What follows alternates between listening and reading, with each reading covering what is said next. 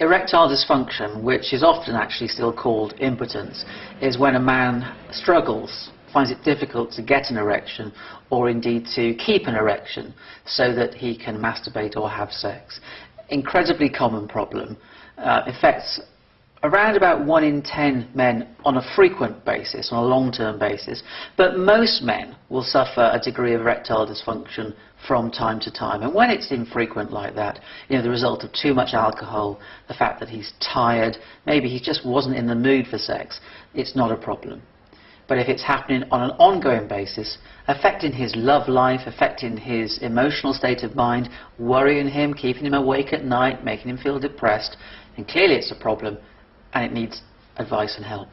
I was warned in advance before I had surgery that there would be some pretty sort of devastating consequences to prostate cancer surgery. I was mentally prepared, but even so, it's pretty devastating. As my health improved, so in fact, then ED became much more of an important problem which needed to be tackled. Well, I think the first port of call is your doctor. And if somebody is feeling a little bit embarrassed about talking about this problem, let's say with a female doctor, then for heaven's sake ask to speak to a male doctor about it.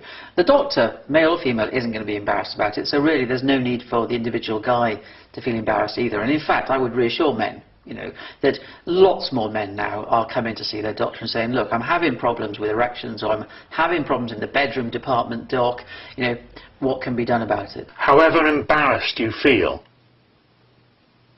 however reticent you feel, if you can take that first step, go to your GP. You must do it, because there's help out there. There really is. And you must not give up hope. The most important ways that erectile dysfunction can be resolved is having a look at your lifestyle. So cutting down alcohol, not smoking, certainly not using recreational drugs, trying to get more rest, relaxation and sleep so that you're not feeling so tired.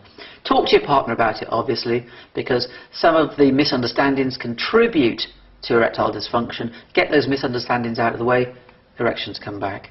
Psychosexual counselling obviously is available and a good port of call.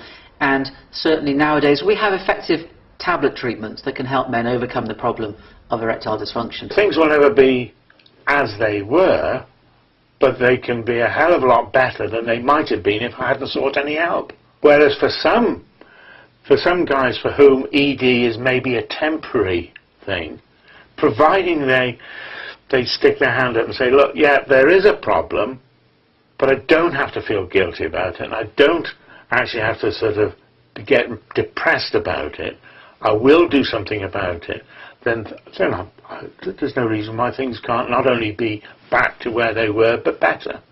If you are suffering with recurrent, ongoing problems with erectile dysfunction, then certainly don't sit at home worrying about it.